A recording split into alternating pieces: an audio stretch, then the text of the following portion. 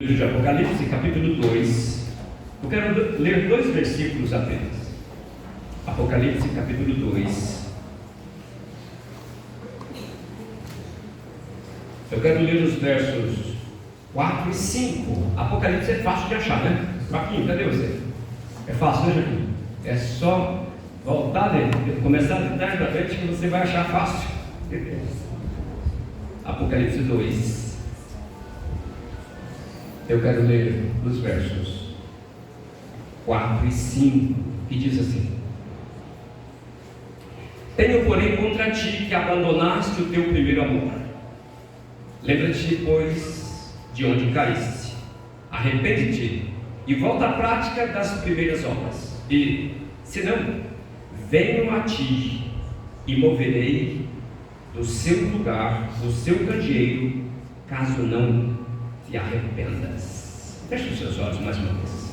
Deus, nós lemos a tua palavra.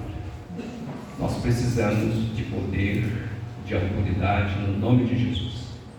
Nós precisamos da unção do teu Espírito Santo, tanto para falar como para ouvir. Que a tua palavra, Deus, que é fiel e verdadeira, possa, Deus, vir ao encontro da vida de cada um de nós. Eu quero te louvar pela vida desses amados que o Senhor trouxe aqui hoje. Deus, eles são bênçãos nas tuas mãos, e eu quero abençá-los com toda sorte de bênçãos, Senhor. Seja sobre nós a tua graça. Eu oro em nome de Jesus. Amém. Amados, eu tenho deixado no ar uma reflexão. Que igreja gostaríamos de ser? E eu quero começar a partir de hoje pensar com vocês a igreja que nós gostaríamos de ser. E eu queria que, olhando para essa passagem que nós lemos, nós pudéssemos pensar nesse tipo de igreja. Quando olhamos para esse texto, a igreja que nós queremos ser, ela tem que ser uma igreja que seja capaz de viver o primeiro amor. Talvez você possa estar perguntando o que é viver o primeiro amor. Eu tenho a impressão que para muitos aqui, quando eu falo em viver o primeiro amor, é aquele momento de conversão que você ficou cheio de uma presença, cheio de entusiasmo, que te levou a orar mais, a buscar mais, a clamar mais, a querer mais, a olhar para Deus e falar: Senhor, eu quero ter mais de Ti. Talvez algumas pessoas ainda não tiveram a oportunidade de ter um encontro verdadeiro com Deus. Ainda não se entregaram, não se renderam verdadeiramente a Jesus. E por isso, talvez, quem sabe, não entenda muito o que é essa paixão que a gente adquire quando a gente tem um encontro verdadeiro com Jesus. Quando as barreiras caem por terra e nós começamos a querer como que ganhar o mundo inteiro naquele dia, queremos falar para todo mundo aquilo que Ele fez no nosso coração. Eu gosto dos evangelhos, quando Jesus fazia um milagre. Eu gosto muito de um cidadão que fala daquele gadareno, um endemoniado que estava vivendo no cemitério, a família não tinha mais o que fazer, cadeias não seguravam, nada. E depois que Jesus o liberta, Jesus fala para ele: olha, não diga nada para ninguém. O texto diz que ele saiu dali e ele começou a evangelizar por Decápolis. A expressão Decápolis vai dizer que era uma região de 10 cidades.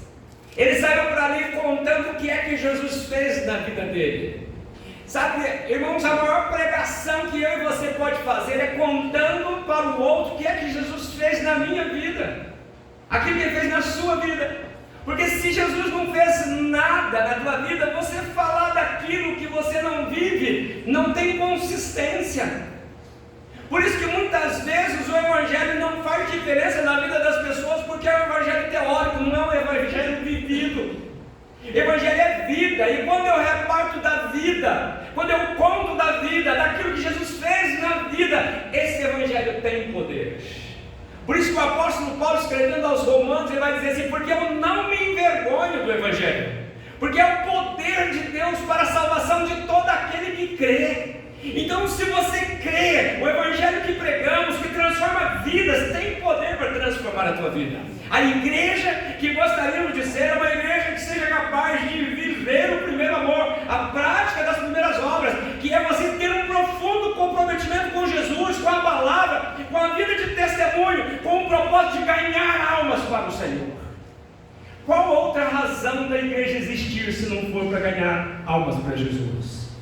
Nessa direção eu queria que nós pensássemos assim, infelizmente, o que deveria ser uma prática natural na vida da igreja, hoje acaba sendo um desafio. Tipo, nós vamos ter que, olha, vamos orar, irmãos, vamos orar, irmãos, vamos. Deveria ser algo natural, que pudesse fluir em nós, e nós queremos nos envolver, querer doar de nós, querer pagar preço.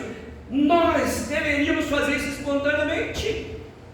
Porém a igreja perece porque não se vive mais esse primeiro amor.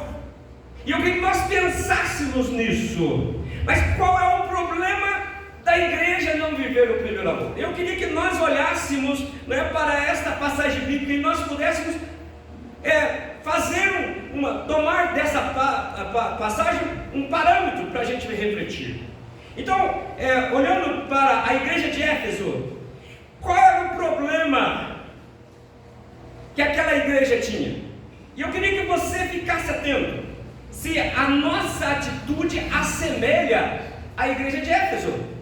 E eu quero que você, se estiver com a Bíblia aberta, eu queria que você pudesse ouvir, que eu vou ler, né? Que você pudesse ouvir. Eu quero ler os versos 2 e o 3, que diz assim, conheço as tuas obras, tanto o teu labor como a tua perseverança, e que não podes suportar homens maus, e que pusesse à prova os que a si mesmos se declaram apóstolos e não são, e os achastes mentirosos, e tens perseverança, e suportastes provas por causa do meu nome, e não te deixaste esmorecer. Quando você olha esse texto, a análise que a gente faz é uma igreja belíssima, uma igreja exemplar, uma igreja modelo, uma igreja que era perseverante, uma igreja que era assim, cheia de qualidade, de valores. Todo pastor gostaria de pastorear aquela igreja, e todas as pessoas gostariam de frequentar aquela igreja. Eu fico imaginando, hoje nós temos uma igreja aqui em Poços de Caldas, eu sei que muitos de vocês gostam de ir lá. Quer dizer, a gente quer ir lá, sabe o que? Lá é uma beleza, a gente vai lá, glória a Deus, de fato é verdade, não tem nada errado. Não é verdade?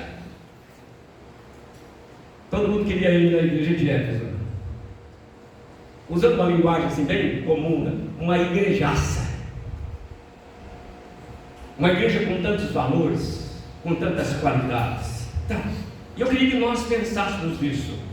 O crescimento daquela igreja era fruto de um avivamento que ela viveu, de orações, de busca. E mais, no início ela orava, evangelizava, e veja, ela se tornou forte por causa daquele primeiro amor que inflamava o coração daquela igreja, daquela gente, daquele povo. Só que com o passar do tempo, eles foram esfriando. Sabe o que é esfriar? Eu quero até pensar com vocês. Ela passou a não precisar mais de Deus.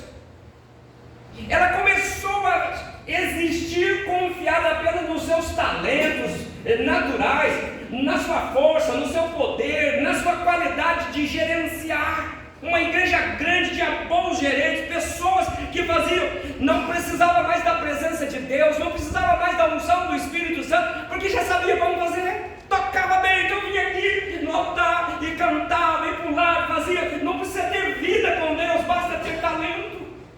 Pregava e fazia. Não precisava ter unção, bastava ter talento. Aquela igreja era uma igreja exemplar.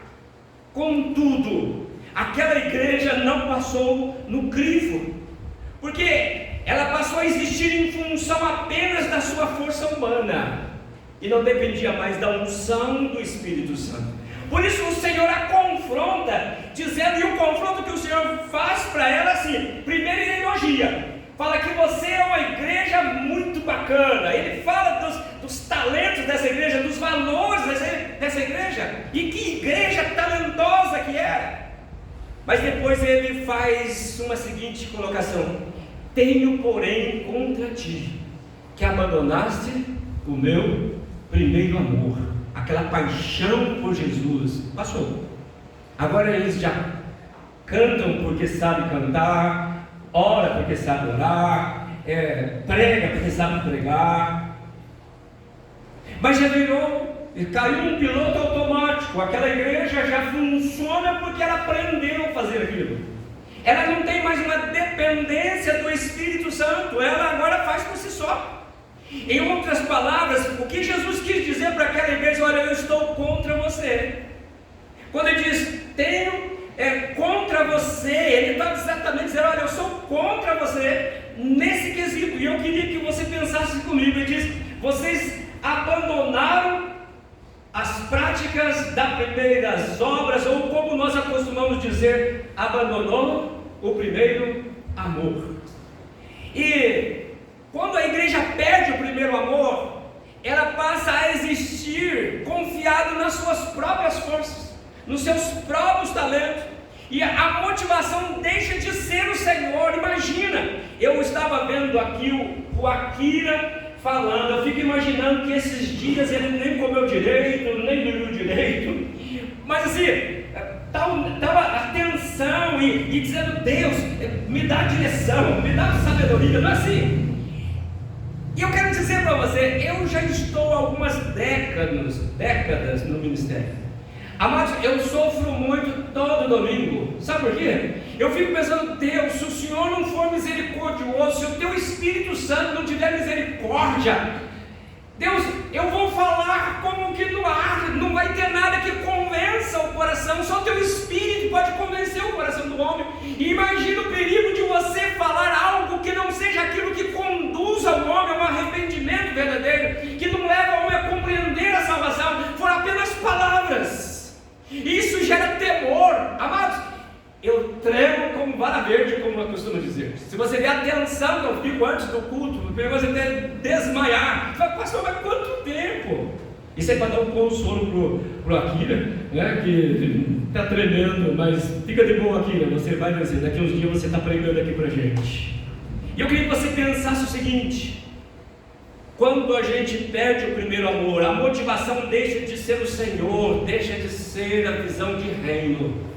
Passamos a ter uma visão nossa. A gente já ficou especialista em religião e a gente já faz aquilo que a gente acha que deve fazer, como quer fazer, do jeito que a gente quer fazer. A gente tem uma teologia própria. A Bíblia diz isso aqui, mas eu entendo do meu jeito, e do meu jeito eu vou fazer, e não tem nada que muda. E eu queria que você pensasse nisso. Você se lembra de como era a sua vida quando você se converteu a Cristo? Para um pouquinho e pensa. Como foi aquele momento que você converteu-se a Cristo? Que motivação, sabe, com que alegria, com que desejo que você tinha? Pensa nisso. Eu queria que você fosse imaginando essa cena, de que você se converteu e agora a tua vida é do Senhor, é para o Senhor, é para o louvor da sua glória, e eu quero fazer aquilo que o agrada. Afinal de contas, eu tomei a decisão de querer Ele como meu Senhor, meu Salvador. Se Ele é Senhor e Salvador, então a vida, eu perco o domínio da vida, é Ele que governa a minha vida. O apóstolo Paulo disse que não sou mais eu quem vivo, mas é Cristo que vive em mim. Ele se torna governo da minha vida. E eu queria que você pensasse, naquele tempo ou naquela ocasião, quanta busca, quanta alegria, quanta disposição, quanto interesse em ganhar vidas, quanto amor para repartir. A gente queria que todo mundo conhecesse Jesus. Eu imagino que se eu desse a oportunidade, estivéssemos tempo, para que todos vocês pudessem falar no dia que vocês tiveram encontro com Jesus, quanta história linda nós teríamos aqui nesta noite. Quanta coisa boa, quanta glorificação nós daríamos a Deus. Mas veja, a mensagem de Jesus para Éfeso é também para mim, é para você também. Eu queria que você pensasse nisso. Nós somos uma igreja que nós gostamos muito de movimento. Sabe por quê? Movimento não confronta. Movimento não desafia você a mudar de vida. Então é melhor movimento, porque naquele movimento todo a gente agita, todo sai dali e vai do mesmo jeito embora, só com a alegria do movimento. E eu queria mais que você pensasse O problema do movimento é que não se avalia pelos frutos, mas pela beleza das folhas, pela aparência. E eu queria que você pensasse mais um detalhe: normalmente se avalia pela quantidade de pessoas, não pela quantidade de pessoas que se colocam à disposição do discipulado para crescer. Amados, o que nós precisamos de uma igreja é que se engaje no discipulado e que nós possamos, ajudando um ou outro, a gente possa crescer como corpo. Não dá para viver isolado. Uma igreja que caminha de forma isolada, ela não tem perspectiva. Nós temos que formar discípulos, não só ser discípulos, mas fazer discípulos. A igreja perde quando você tem uma liderança que fica anos, décadas na mesma função. Em Pirassununga nós tivemos lá um professor econômico, 33 anos dando aula para os adultos. E de repente ele teve lá um problema no coração e precisou se afastar. E agora, quem que vai dar aula para os adultos? Ninguém queria dar, porque achava que a aula era só aquilo, daquele jeito. Mas nós vamos ter a perspectiva de formar pessoas para ficar no nosso lugar. Nós precisamos ter a ideia da multiplicação de discípulos, nós precisamos ter mais pessoas. E eu quero que você ainda olhe comigo a seguinte questão. Jesus confrontou aquela igreja dizendo: estou contra você. E eu queria que você olhasse para essa expressão, pensa nisso. Jesus estava dizendo para aquela igreja e está dizendo para mim, está dizendo para você hoje: olha, eu estou contra você. Pensa se ele falasse: eu estou contra você. Sabe por quê? Porque você está no piloto automático e você está confortável no piloto automático e você tem esquecido, deixado de viver o primeiro amor. E que tristeza é você ouvir Jesus dizendo: estou contra você. Amados, mas se não houver arrependimento, a igreja poderá deixar de existir. Eu queria que você fosse atentando para isso. Jesus disse: lembra-te de onde caísse e arrepende-te e volta-te à prática das primeiras obras. Veja, mas para voltar nós precisamos fazer uma avaliação da nossa vida. Como é que você vai se arrepender de algo que você não tem consciência que está errado? Para você se arrepender, você precisa dar uma olhada para a tua caminhada de fé, de vida cristã e perguntar: será que Deus está contente com o meu modo de viver, de ser cristão? Ou será que tem algo que precisa Deus fazer? E eu queria que você desse uma olhada. Amados, pense nisso, voltar à prática das primeiras obras. Mas para voltar nós precisamos de uma avaliação, fazemos uma avaliação. É por isso que ele diz assim: olha, lembra-te de onde caíste. Começa a pensar, onde é que foi que aquele apego pelo Senhor, aquela paixão pelo Senhor eu comecei a perder? Qual foi a causa que foi me trazendo, um acomodar? Eu fui, conformando. Mas eu tenho dito para vocês, o bom é inimigo do melhor.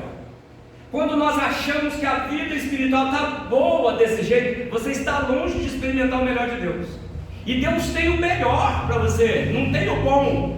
É preciso que a gente consiga compreender isso para que haja arrependimento em nós. Lembra-te como era a sua vida quando você se converteu.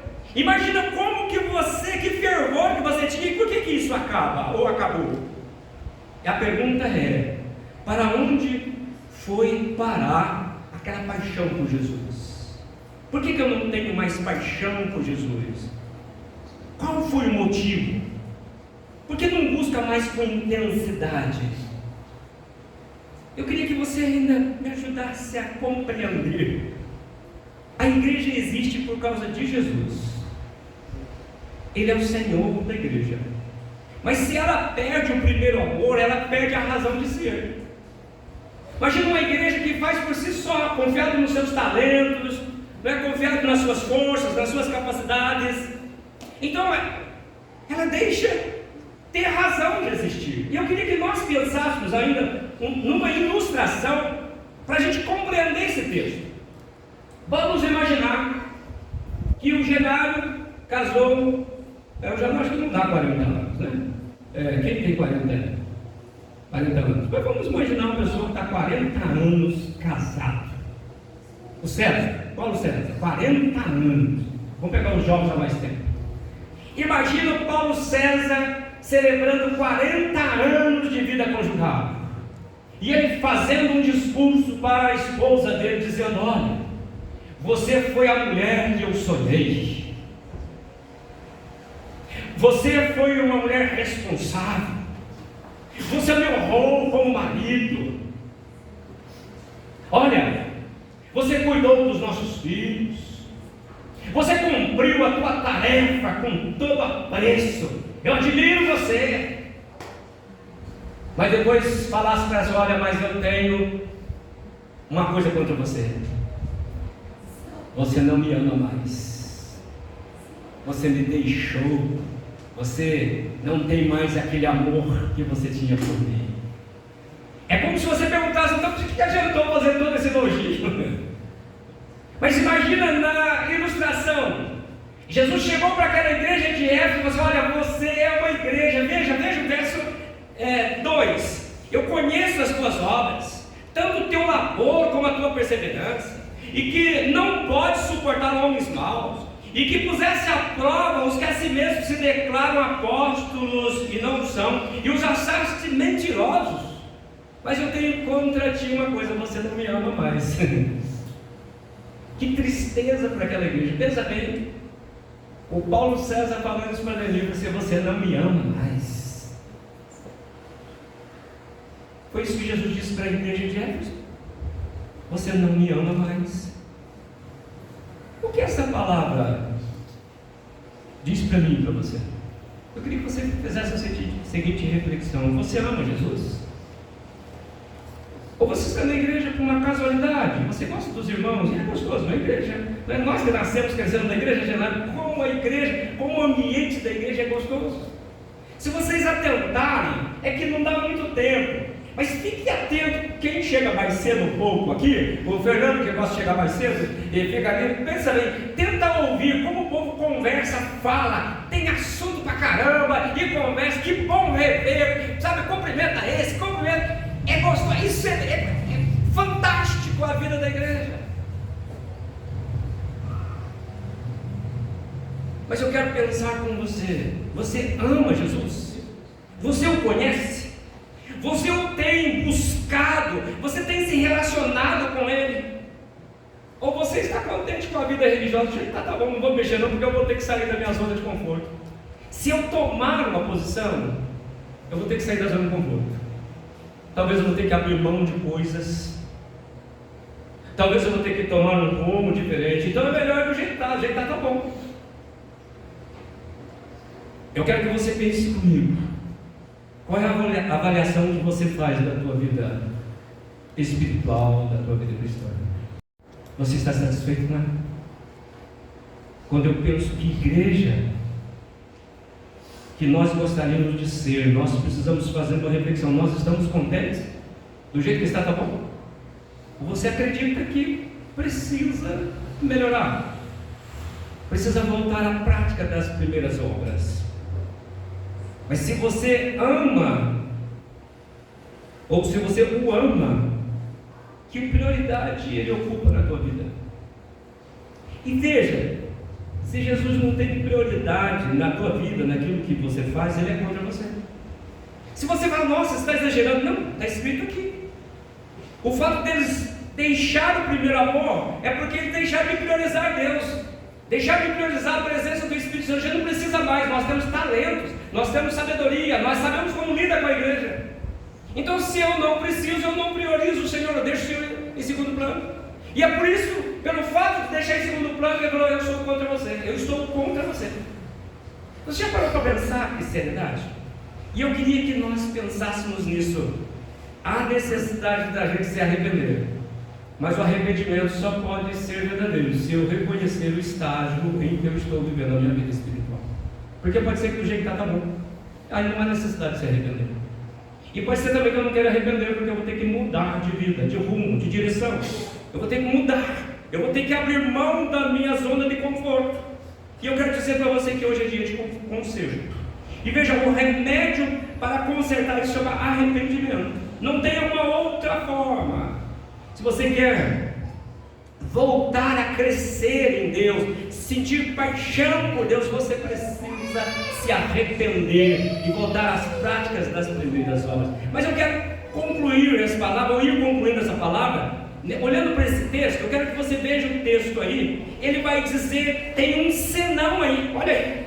Ele diz, olha, no verso 5, a segunda parte vai dizer assim, ó, e senão, venho a ti, e moverei no seu lugar o teu candeeiro, caso não se arrependas. E eu queria que você me ajudasse a refletir nisso. Se você continuar contente, está bom do jeito que está, continuar fazendo, vivendo no pecado, vivendo da forma que está, você corre o risco de ver Deus mover esse candeeiro. Sabe o que é candeeiro? É a igreja. O candeeiro é a igreja. E eu queria pensar assim, quanto é sério isso. Pare para pensar. Essa igreja, ela existe porque pessoas que passaram antes de nós oraram, clamaram, trabalharam. Não existe essa igreja por acaso. Pense nos seus pais, pense nos seus avós, homens, mulheres que oraram, que clamaram. A igreja existe hoje como consequência de clamor, de busca, de pessoas que passaram por aqui antes de nós. E eu quero que você pense o seguinte: aquela igreja de Éfeso, 5 anos depois, 5 séculos depois, aquela igreja virou um montouro. Acabou aquela igreja. E eu estava, enquanto refletia, eu estava pensando, nós temos igrejas nos Estados Unidos e na Europa hoje, que funciona um shopping hoje lá, funciona comércio lá hoje, boates deixaram de existir. Sabe por quê? Eles abandonaram a prática do primeiro amor. E quando começa uma igreja a viver simplesmente na força do seu talento, da sua bondade, essa igreja ela não tem força para existir. Por isso, se não arrepender, se não consagrar, se não voltar ao primeiro amor, essa igreja vai deixar de existir. Imagina que tristeza. E eu queria ainda aprofundar essa questão. Pensa daqui a 50 anos. Como será essa igreja? Se depender da quantidade de busca, de investimento, de clamor que você tem para essa igreja daqui a 50 anos, os seus filhos estarão aqui? Seus netos estarão aqui? Seus bisnetos estarão aqui? Eu quero que você pense nisso daqui a 50 anos. Será que eles estarão aqui? Talvez hoje há uma preocupação excessiva com a herança material, deixar algo para os meus filhos. Eu quero que ele seja tal coisa, eu quero ser, e a gente se mata para deixar uma herança material para os nossos filhos. Mas e o legado espiritual? Qual é o que nós temos deixado? Qual é o legado espiritual que nós vamos deixar para os nossos filhos? Pensa em você como modelo da tua casa. Pensa em você como um exemplo na sua casa. Pensa em você, a quantidade de busca que você tem feito em função da tua casa, dos teus filhos, dos seus netos, dos seus bisnetos, daqueles que nós não iremos conhecer. Qual é o investimento que nós temos feito? Que legado a gente tem deixado? Eu vou terminar porque você já cansou, mas eu quero que você pense comigo o seguinte: nós precisamos não só fazer uma avaliação de como está a nossa vida espiritual e arrepender, mas nós vamos parar de ter desculpas. A gente tem muitas desculpas, muitas justificativas. Como que nós arrumamos desculpas e justificativas para a gente não viver o primeiro amor?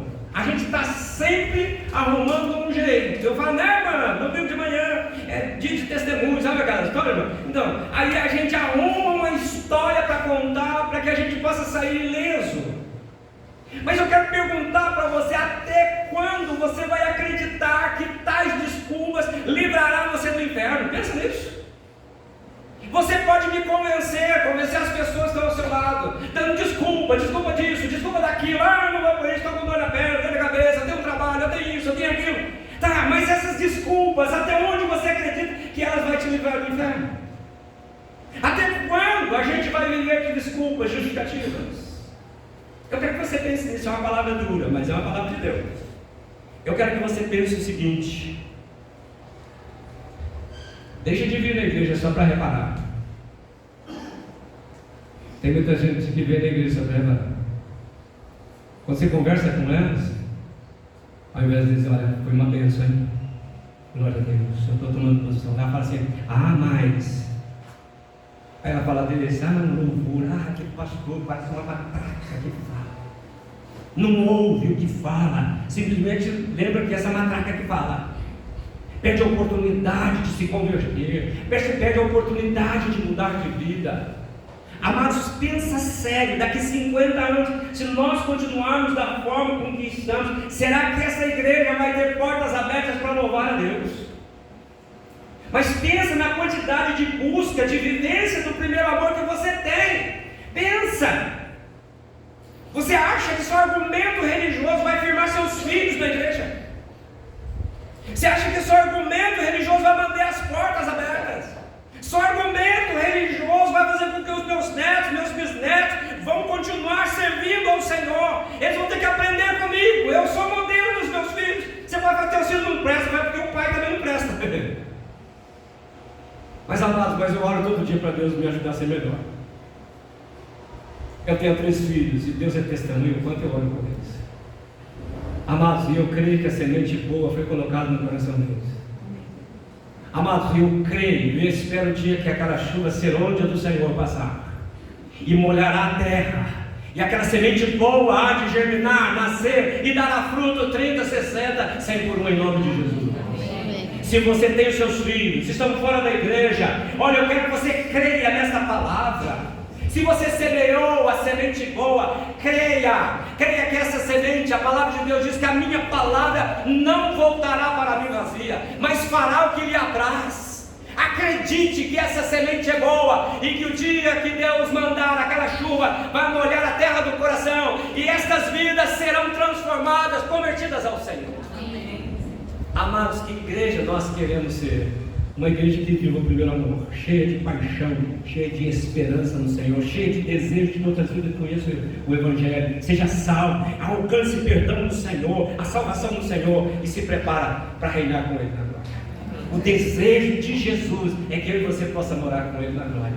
Ele diz, eu vou para junto do Pai, mas quando eu for e vos preparar um lugar, eu voltarei e vos levarei para mim mesmo, para que onde eu estou, você também esteja lá presente comigo.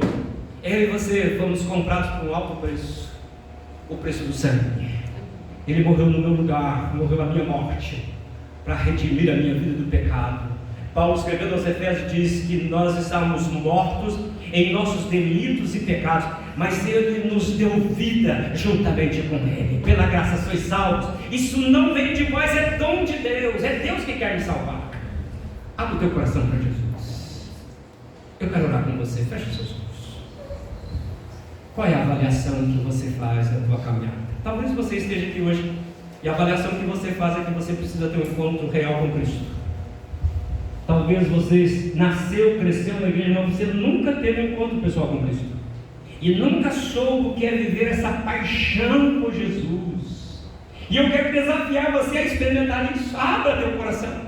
Sabe, para de argumentos, para de justificativas, deixa que todo espírito de mentira, de incredulidade, de engano saia da tua vida e permita o Espírito fazer uma obra no teu coração.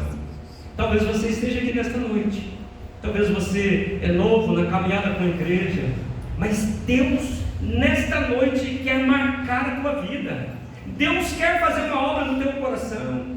E eu gostaria de orar com você, orar com você. Por isso eu quero que você ore, faça uma avaliação da tua vida. Faça uma avaliação. Você tem vivido o primeiro amor? E se não tem, o que aconteceu? A recomendação da palavra é: arrependa-te, volte ao primeiro amor. Permita que o Espírito encha o teu coração Encha, faça-o transbordar de uma presença transformadora, que gera paz, alegria, convicção.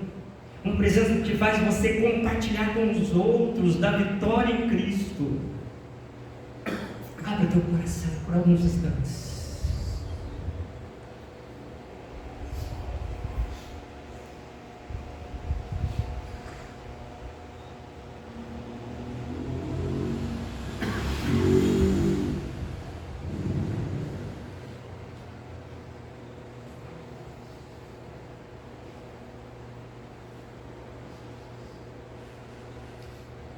Pai, quebra toda a resistência que há nos corações.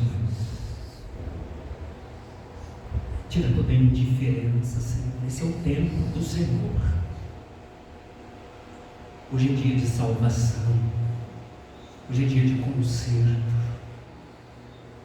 Ouça a oração que cada um está fazendo.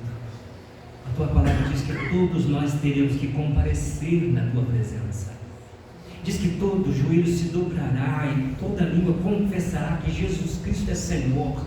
E haveremos de estar na tua presença. E uns farão isso para a salvação eterna, e outros farão isso para a morte eterna.